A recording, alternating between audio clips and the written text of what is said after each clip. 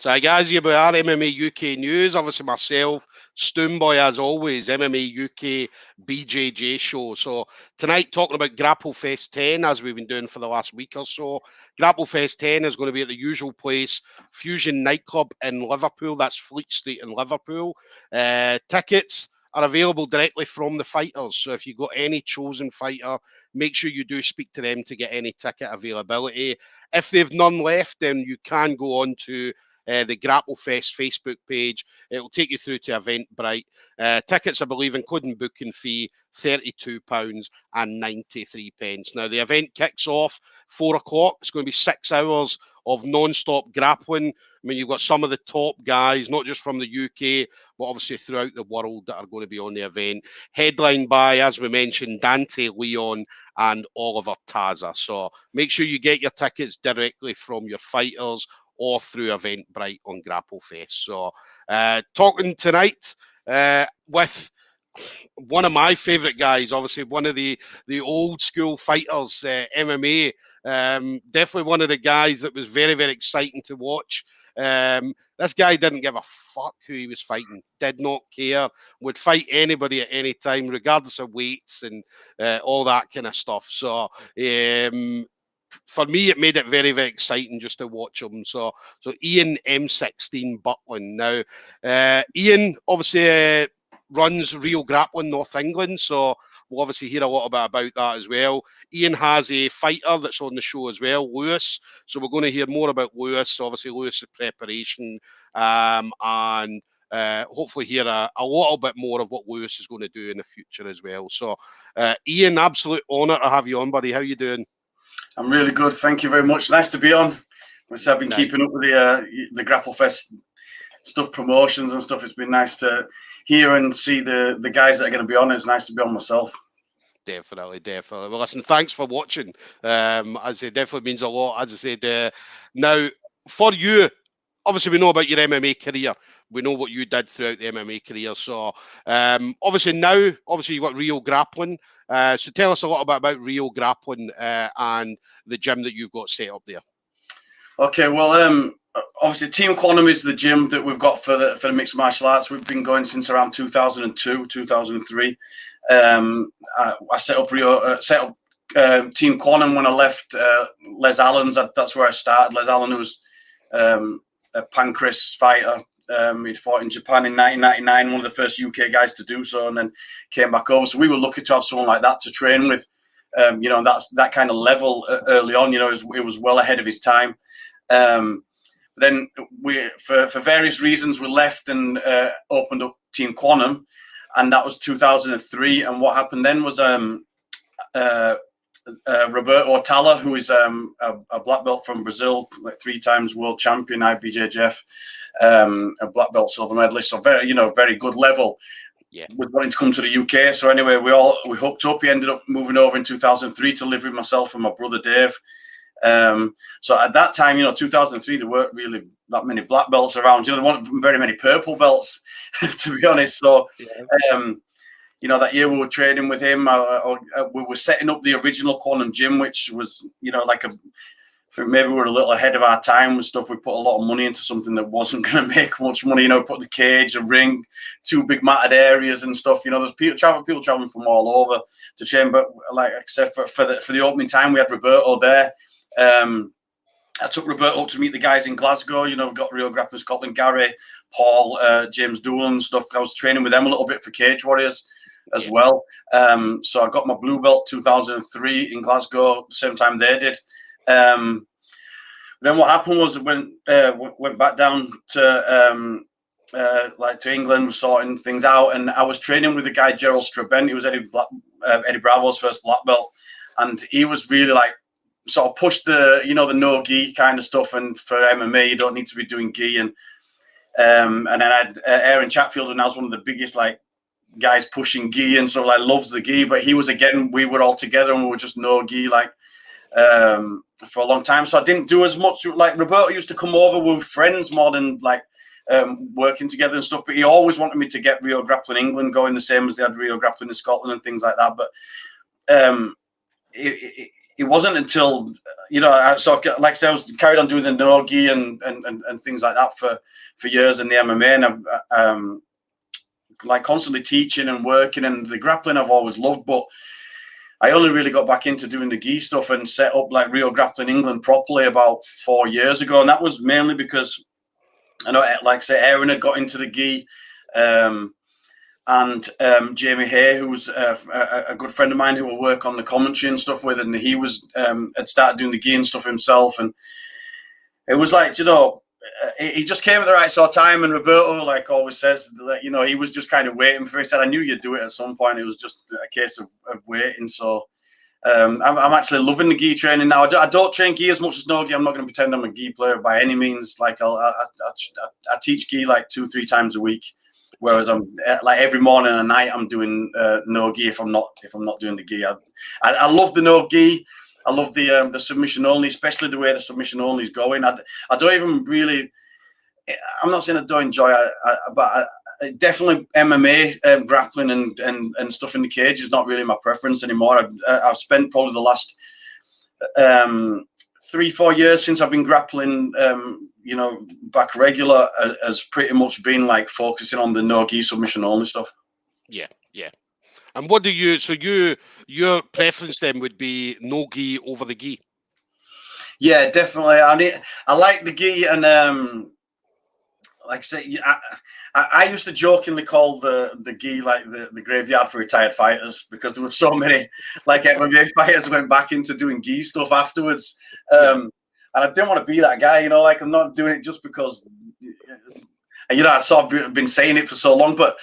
You know, you can slow the game down and stuff. And against like the young athletic guys like Lewis, for example, Lewis is a nightmare in the gym just with his athleticism. You know, he comes from a gymnastics background, in gymnastics and diving, computer. That you can imagine like the body control and stuff someone like that's got. And you know, a gi, you can really slow that down and go like, right, okay, listen, we're playing a technical game here. Do you know what I mean? Yeah, yeah.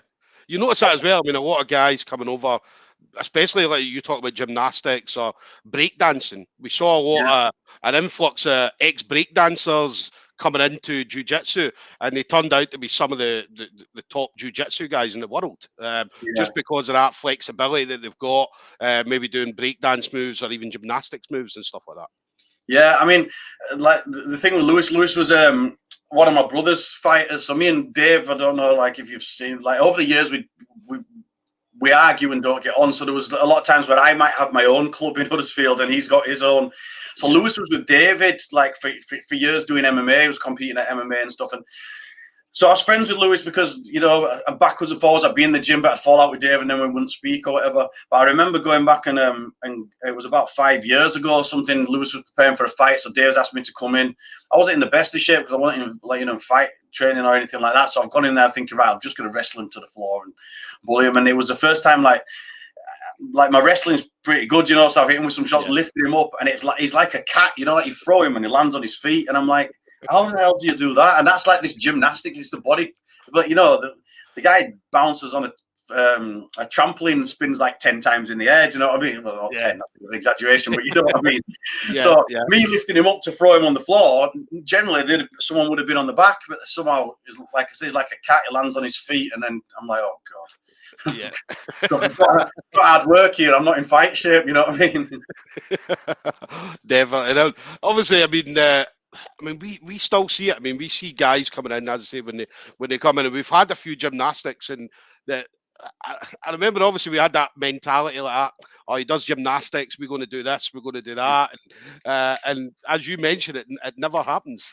So. No, it's crazy the body control and stuff you get. I think it's brilliant. I have both my daughters doing gymnastics as well as jiu-jitsu. You know, and I think it works really, really well together, the two. Yeah. So, and it's good. I mean, different.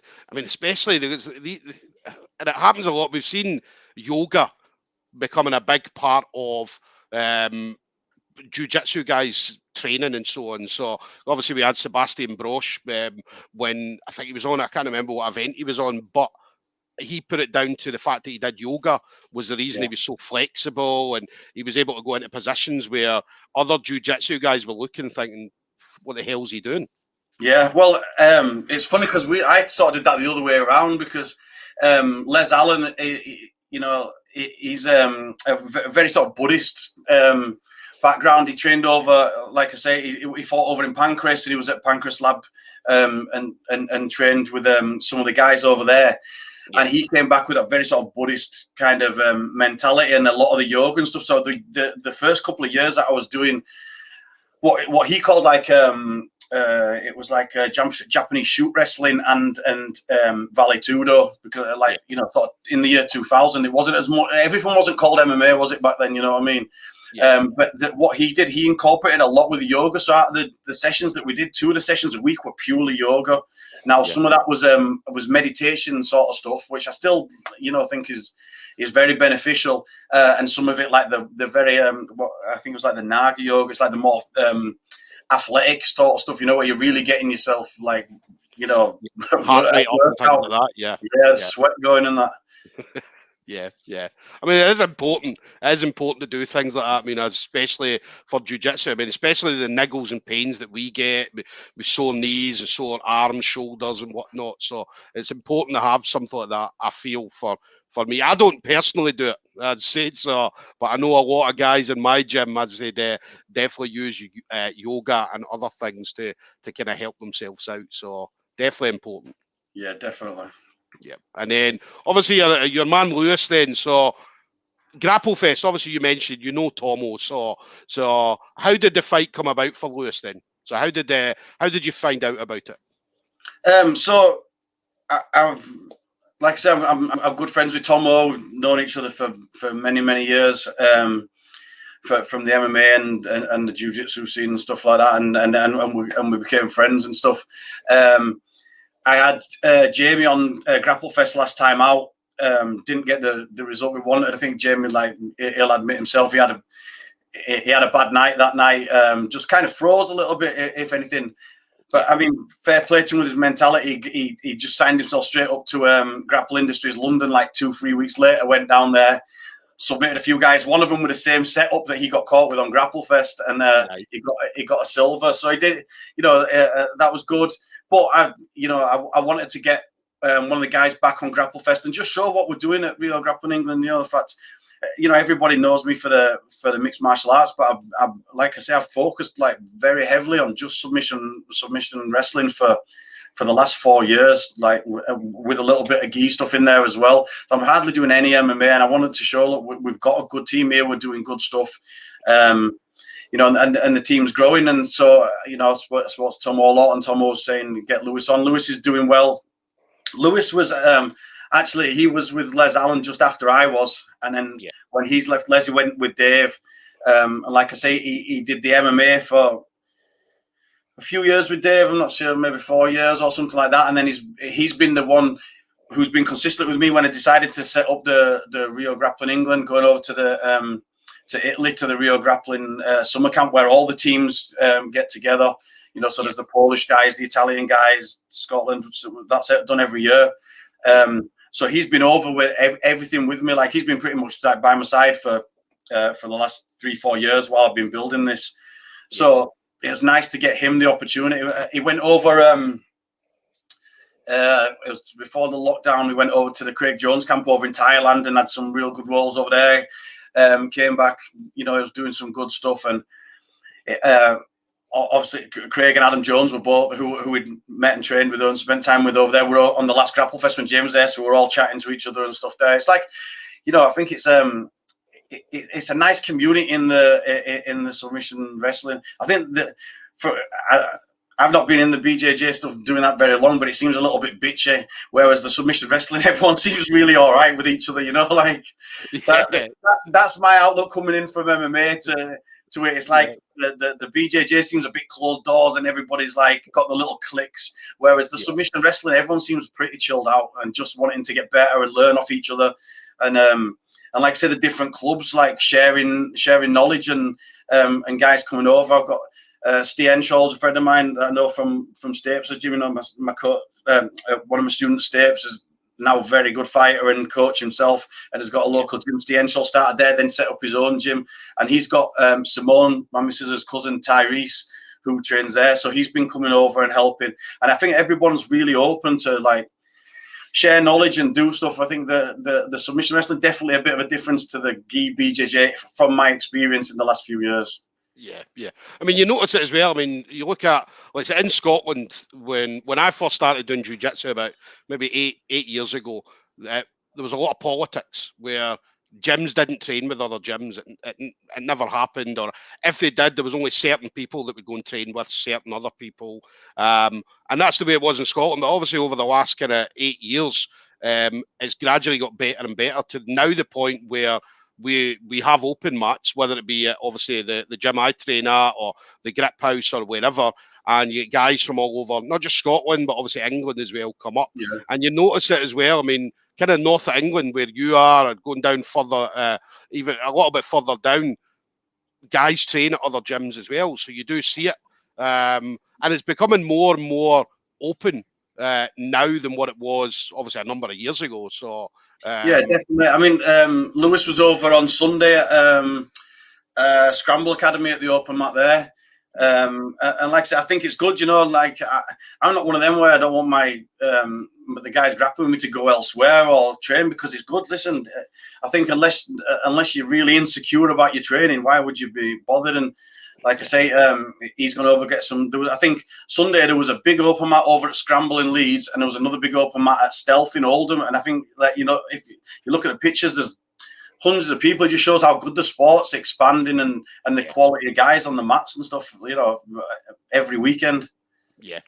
And there's a lot of top guys. I mean, especially you look at this Grapplefest lineup that's coming up, and I mean, there's some of the top guys in the UK are on that show that night, and it just shows you how good, because obviously they're on the show with people like Dante Leon, Oliver Taza, the Ritolos, and stuff like that. And as I say, for them to have a platform like that and take them on to bigger and better things as well. Yeah, I think it's amazing. I think Tomo's doing an amazing job with the show, you know, just to get this sort of quality. I know, like, the event that they had planned before the lockdown, I think it was looking amazing, and it's a shame that didn't happen, but I think he's come back with probably the best card he's had. I know the last one, like I said, we had Jamie on, and we were backstage with, you know, Craig Jones, Adam Jones, Lachlan Giles, all those guys. It's like, you know, you're in the same warm-up area with just probably the best talent in the world. So, and again, look here, you've got Dante Leon and Taza, two amazing talents. Dante Leon, you know, very well established and consistently good over time. Taza, one of the best up and coming grapplers. His leg lock game is, you know, from the Danaher guys, you expect the leg lock game to be top notch. So it's an amazing main event. Again, the Rotolo brothers were on the last show there. We were in pictures and chatting to them, such nice lads. And then you see from there how well they've done so far. And it's like, these are real superstars, like, in the world. And they're all there in this nightclub in Liverpool, just chilling out and grappling on the same card as us. So it's, like I say, it's amazing. You know, Darren Morris and Tomo are doing something really, really good there with Grapplefest.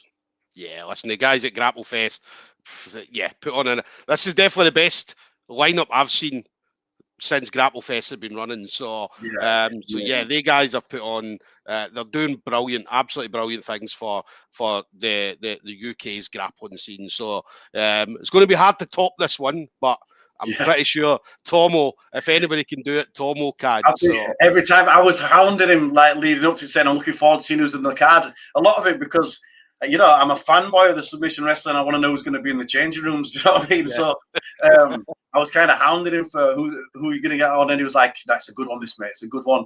And I'm thinking, well, let's see. Do you know what I mean? Because I know what was planned before the lockdown, and I know how good the last card was. But yeah, I think he has topped himself, and I know what Tomo's like. He's going to want to do a better one for the next one and the next one. It's just going to get better and better. Definitely. Now we're looking forward to seeing what he's going to come up with next. So I did the same thing as well. I wanted to obviously get the interviews out, and I'm like, Tomo, who's going to be on it? Oh no, you'll see. Just wait and you'll see. He did a great job of keeping it under his hat, didn't he? Yeah. He did an absolutely brilliant job. But listen, well done, Tomo, and the rest of the guys at Grapplefest. So, and then for you, Ian, obviously you're doing a lot of things. I mean, obviously you're coaching. You obviously mentioned about commentating and things like that. I mean, so what are we going to see from you next? Well, I'm really busy all the time.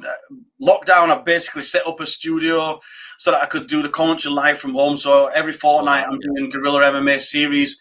I'm also now working with the guys at Clash TV who show the Guerrilla MMA series to the English-speaking audience. So I'm doing some work with them on building the content for the MMA side of their channel. As well as that, I've got the MMA Uncaged magazine, which I'm the editor for and a part owner in. We're doing a relaunch of that. It's going to be a digital magazine. I'm also going to be covering a lot of submission wrestling in there because I want to, that's where my passion is as well now. So I'm going to be doing still mixed martial arts from UK and Europe and America, but also I'm going to have a dedicated section there to submission wrestling. So yes, I've got those bits going. Obviously, the stuff with Rio Grappling England. I'm flying out to Georgia on Saturday with Ian the Machine Freeman for our the first of these big MMA events in Georgia. I think we've got 6 next year. I'm also doing the live commentary for Eagle Fighting Championship, Khabib's Eagle Fighting Championship. So me and Jamie Hay just did that 2 weeks ago. So yeah, busy. Generally, I seem to get all the jobs in Russia. So and doing a lot of commentary and stuff from them. And what I'm probably going to do with the digital magazine, I'll see like what can get contributors wise and whether I've got time to write any stuff myself. But I might start doing the reviews of the Russian shows because I've been saying for the last sort of 5-10 years that these fighters I've been watching over. I mean, I've had the benefit of the pleasure of commentating for Khabib, people like that on M1. And in the 11 years that I've done the commentary for M1, I've seen some real good fighters coming through, and now these guys are doing really well in the UFC, and I'm like, I told you so. Do you know what I mean? And I think it'd be nice for me to be able to do some reports on the Russian shows and so that people can start to see the grassroots guys, the guys that are coming up now, like I did with guys like Khabib and stuff in the past, and be able to say, look, this guy's a real star. I think one that I've been shouting about, Shavkat Rakhmonov, who's now in the UFC, he's 2 fights, 2 wins in the UFC. He was the M1 champion. I've watched, I've called all his fights from the start to finish, and the guy is, I don't think he's not been past the end of the 2nd round yet. He finishes everybody, and that could be submissions or strikes. Yeah. So again, I think one of my plans, if I can get the time to write up the reports after I've done the commentary and stuff, I think I'm going to do some reports on the Russian shows as well, so I can get the grassroots Russian stuff so that people start to get these names and stuff before. Yeah. I mean, obviously you're a busy man. I mean, how do you unwind? What do you do to relax or to chill? It sounds like, I know I am busy. I must organise my time quite well because my days are pretty much, I get up in the morning. We've got what we call early morning crew for the grappling. So I get up to the gym and open up for that. It's generally now like, I keep saying I should jokingly change the name to mid-morning crew because it started off being an early morning thing. And then with the school runs and stuff like that and various other reasons, the fact we have to go get coffee and stuff, we now end up starting about 10:30. So I get up and do that. I come back, do a little bit of work. Some stuff for maybe Clash TV or some prep for the commentary or whatever, and then I sleep for an hour every day in the afternoon. I get up then, I might do some more prep and I go back to the gym and do the evenings. So there's only Tuesday evening where I don't do any classes, and Friday evening. So, generally, like my unwinding, I love the jiu-jitsu, I love grappling and stuff, and I might be watching instructionals or watching tape footage and comps and things like that. So constantly just enjoying the sport. I've got to the point where from, maybe like I had about 2005, I had a bad year. Like I had a lot of personal things with people dying, and I'd also trained and I'd put so much dedication into the fight with Charles Crazy Horse Bennett on King of the Cage UK, and there was the issues with him getting through customs and whatever, and that fight fell through, and I put so much time into it. I really lost interest, like my motivation stuff for training, and it didn't really come back massively till like maybe 4 years ago and stuff. I knocked the drinking and partying on the head, got myself just back focused on training, and I really it's like I've got the book for it like someone who's just started. You know, the last 3-4 years, that is my passion and my time for like for kicking back and relaxing, really. Yeah, yeah. No, so we have good banter in the gym. I've got a good group of guys. You know, we have a real laugh. Yeah, yeah. That's the funny thing. I mean, obviously, any gym you go to now, whether it's martial arts or MMA, kickboxing, jiu-jitsu, or that, you've always got that where you can go in and enjoy it. Whereas you go in, and, as you say, you have a laugh, and you've got your team will be slagging you off, you'll be slagging them off, and so I think that's what, for me especially, I mean, that's one of the reasons why I go back, because I enjoy the social side as well as obviously the jiu-jitsu side. Definitely, like we've said for years, you know, you come to Team Quantum and you get two things: you learn how to get better at fighting and get a thicker skin. And I think in an age where we see so many people offended by everything and upset and crying over the tiniest little things, you know, you're not going to last 2 minutes on our mats.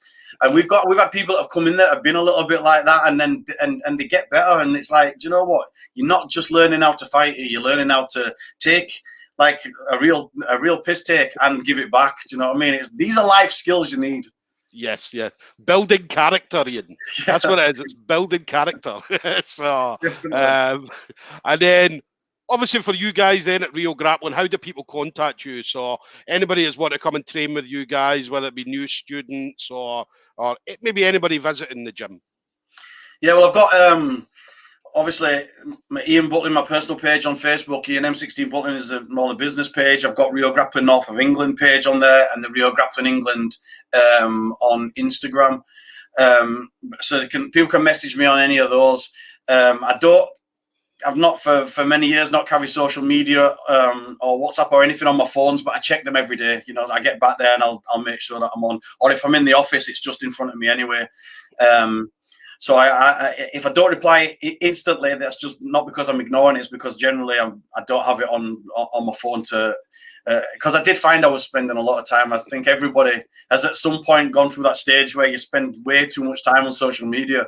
Yes. So I purposely don't keep any of those on me, but I do check them on a daily basis and get back to people, even if I'm away. You know, even if I'm out in Georgia this next week, when I go over there, I do carry my iPhone, which is like my house phone. I'll take that with me because it's got my social media. I can keep up with people while I'm away. Yeah, definitely. So, guys, make sure you check out Rio Grappling North of England. Obviously, the Facebook page. I'll have it on my page as well. So, and obviously the MMA UK BJJ show page. So definitely make sure you go in there, give the guys a like, and check them out. Yep. Okay, that's quality. And a big shout out as well. Got Des Parker at Rio Grappling Burnley. He's on Saturday. He's grappling Saturday in Liverpool as well. Definitely. And then last thing for you then, anybody you want to shout out to? So friends, family members, teammates, sponsors, anybody you want to say hello to? I think I've mentioned everyone already. You know, but, you know, like I said, a huge thank you to everyone who's been supporting us. That as I've developed and moving away from, well, not moving away, but working Team Quantum and Rio Grappling England separately, like the two different things. Like I said, I think it's a nice change for me, and I think the submission wrestling is definitely where we're going to be focused in the future. Definitely. Well, listen, Ian, absolute honour to speak to you. As I said, I've been a big fan for a number of years. I knew we'd chat at some point, so but listen, absolute pleasure. I look forward to speak to you again. Are you going to be there on the 20th? Yeah, I'll be there. Do you know, when I get these events, and I really wanted to be on the Grapplefest, so I have to check the calendar, make sure I'm not on any of the commentary. And luckily, it's landed on a weekend I'm off, so I will definitely be there backstage and obviously doing the corner and helping Lewis. And then from there, I'll just be like a fanboy watching the rest of the grappling. Definitely. Well, listen, me and you'll get a chat on the night. As I'll be there. Obviously, looking forward to it. So, guys, Grapplefest 10, Fleet Street in Liverpool is going to be at Fusion Nightclub. Starts at 4 o'clock. We've got 6 hours of grappling events. 20th of November. So, Saturday, the 20th of November. And again, make sure you get your tickets directly from the fighters. If not, Grapplefest page, and it will take you to Eventbrite. As I mentioned, £32.93, including that booking fee. So, again, Ian, absolute honour, buddy. Thank you again. Thank you very much. Cheers. All right, we'll speak to you soon, buddy. I'll see you on the 20th.